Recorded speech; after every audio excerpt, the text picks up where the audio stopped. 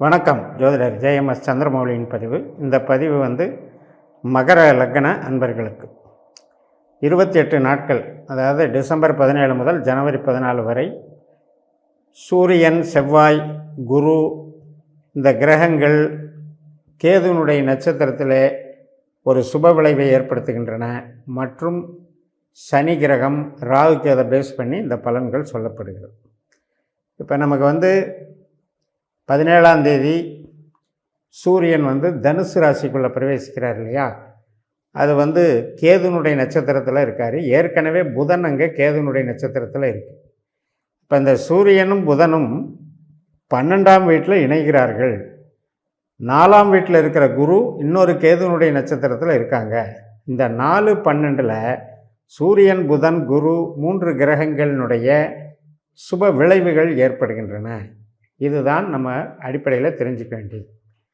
அப்போ புத ஆதித்ய யோகம்னு பேசப்படுது. சூரியனும் புதனும் சேர்ந்தால் நிபுண யோகம், டெக்னிக்கல் மைண்டு. இப்போ ஆராய்ச்சி பண்ணுறவங்க, அதே போல் ஒரு ரகசிய செயல்பாடுகள் இருப்பவங்க, இப்போ போலீஸ் அதிகாரிகள்லேயே ரகசிய செயல்பாடுகள் செய்கிறவங்க, அதே போல் இந்த இன்கம் டேக்ஸ் டிபார்ட்மெண்ட்டு, இதெல்லாம் அந்த 12ஆம் இடம் என்பது ரகசிய செயல் திட்டங்களை வைத்திருக்கிறது. ஸோ அது சார்ந்து இந்த டெக்னிக்கல் டெவலப்மெண்ட்ஸை கொடுக்கறது தான் சூரியன், புதன். அப்படிப்பட்ட ஒரு அமைப்பு டெக்னிக்கலாக வேலை செய்யும். அது நிபுண யோகத்தையும் கொடுக்கும். ஆராய்ச்சி மனப்பான்மை உள்ளவர்களுக்கு நன்றாக வேலை செய்யும். இப்போ சொந்த மூலதனம் அப்படிங்கிறதும் 12ஆம் இடம் தான். இப்போ நம்ம ஒரு தொழில் ப்ரொடக்ஷன் லைன் வச்சுருக்கோம் அப்படின்னா அதுக்குண்டான மூலதனம், அடுத்த கட்ட நகர்வு, எக்ஸ்பான்ஷன் பண்ணுறது, அதுக்காக நம்ம இன்வெஸ்ட் பண்ணுறது, இதுக்கான ஒரு அமைப்பையும் அங்கே கொடுக்குது. அப்போ இந்த காலகட்டத்தில் இந்த சூரியன், புதன், குரு அமைப்பு அப்படிங்கிறது செலவுகள் உண்டு. அந்த செலவுகள் நமக்கு பயன் தரக்கூடிய செலவுகளாக இருக்கும். பிஸ்னஸில் பார்த்திங்கன்னா இன்வெஸ்ட்மெண்ட்டாக இருக்கும். இப்போ அதுபோக நம்ம ஃபேமிலி ரிலேட்டடாக பார்த்தோம்னா சுப செலவுகளாக இருக்கும். ஒரு சுப காரியங்களுக்கு பண்ணக்கூடிய செலவுகள் அப்படின்ற வகையில் அது வேலை பார்க்கும். ஏன்னா விரயம் அப்படின்னாலே அந்த செலவுங்கிறதுனால நமக்கு ஒரு வரவு அல்லது சேமிப்பை தான் செலவு செய்வோம். அப்போ அது சம்மந்தமாக இந்த கேது நம்மளுக்கு 9ஆம் இடத்துல இருக்கார். அந்த கேதுனுடைய நட்சத்திரத்தில் தான் இந்த சூரியன், புதன் இணைகிறார்கள். அப்படிப்பட்ட அந்த அமைப்பு இருக்கிறதுனால இப்போ ஒரு கோயில் காரியத்துக்காக செலவு பண்ணுறது, திருமணத்துக்காக செலவு பண்ணுறது, குழந்தை பிறப்பு சார்ந்த செலவுகள், இது மாதிரியான சுப செலவுகள் அங்கே நடக்கும். அப்போ மகரத்துக்கு இப்போ சனி ராகுவை போல் செயல்படுகிறார் 2ஆம் வீட்டில். அது ஒரு தனஸ்தானத்தில், ராகுங்கிறது ஒரு கம்யூனிகேஷன் கிரகம். அதனால் நம்மளுடைய பேச்சினால் வரக்கூடிய தனலாபத்தை காட்டுகிறது. இதே காலகட்டத்தில் நமக்கு சுக்கிரனும் செவ்வாயும் லாபஸ்தானத்தில் இருக்கிறாங்க. அப்போ செவ்வாய் கிரகம் நமக்கு 27/12/2023 வரைக்குமே கேட்டை நட்சத்திரத்தில் போகிறாரு. அதுக்கப்புறம் அவர் தனுசு ராசிக்கு மாறுறார். 14ஆம் தேதி வரைக்கும் மூல நட்சத்திரத்துக்கு மாறுறார். அப்போ இந்த செவ்வாயினுடைய பங்களிப்பும் நம்மளுக்கு இருக்குது, லாபஸ்தானத்தில் இருக்குது. அதே போல் 12ஆம் இடம் என்பது விரயஸ்தானத்துலேயும் இருக்குது. அப்போ அதில் கேது மாதிரி செயல்படுவார்.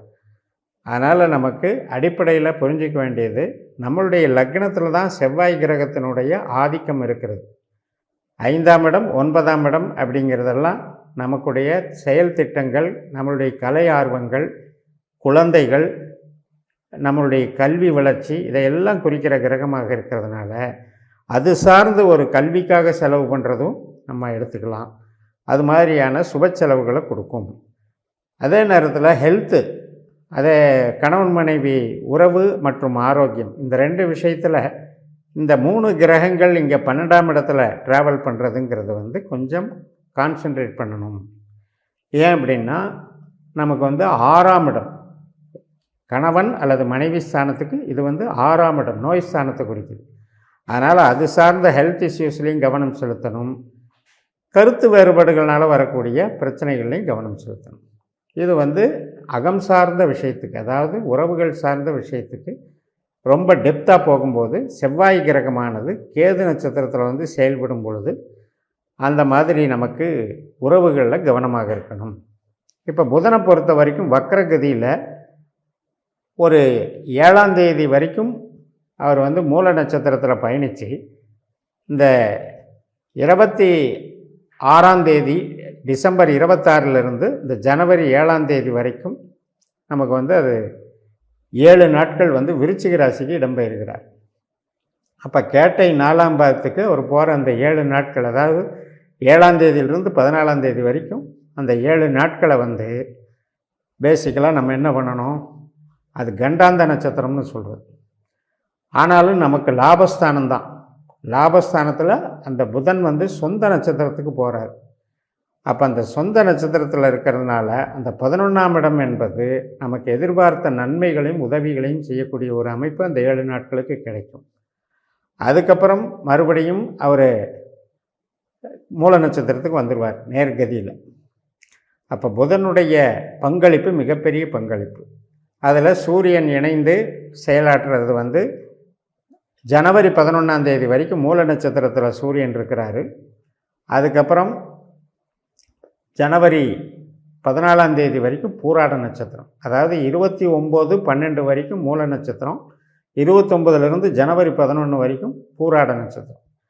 அப்போ சூரியன் வந்து சுக்கிரனுடைய நட்சத்திரத்தில் பயணிக்கிறார். இந்த சுக்கிரன் நமக்கு லாபஸ்தானத்தில் இருக்கிறதுனால எதிர்பாராத சில தன வரவுகளை உண்டாக்கி கொடுப்பார். ஏதாவது ஒரு வகையில் திடீர் திருப்பு முனையாக ஒரு பண வரவுகளை ஏற்படுத்தி கொடுப்பார். அல்லது நமக்கு ஏதாவது கொடுத்த பணம் மறந்துருப்போம், அது வராதுன்னு நினச்சிட்ருப்போம், திடீர்னு அது வந்து சேரும். அந்த மாதிரியான ஒரு அமைப்பை கொடுத்துரும். அதே நேரத்தில் சூரியன் சுக்கிரன் நட்சத்திரத்தில் 12ல் இருக்கிறனால இந்த காலகட்டத்தில் புதிய மூலதனங்களை தவிர்க்கணும். ஏன்னா மூலதனம் பண்ணும்போது அதில் வந்து அது நெகட்டிவாக செயல்படும். சுக்கிரனுடைய ஆற்றல் வந்து அந்த மூலதனத்துக்கு நெகட்டிவாக இருக்கும். மற்றபடி நமக்கு எதிர்பாராத தனவரவு வருவதற்கு சாதகம் நன்றாக இருக்கிறது. அதுக்கப்புறம் 3 நாள் 11ஆம் தேதியிலிருந்து 14ஆம் தேதி வரைக்கும் உத்திராட நட்சத்திரம், சூரியன் வந்து சூரியனுடைய நட்சத்திரத்திலே போவார். அப்போ வந்து 12ஆம் பாவம் அதிகமாக வேலை செய்யும். 12ஆம் பாவங்கிறது மறுபடியும் செலவுகள் அப்படிங்கிறது தான்.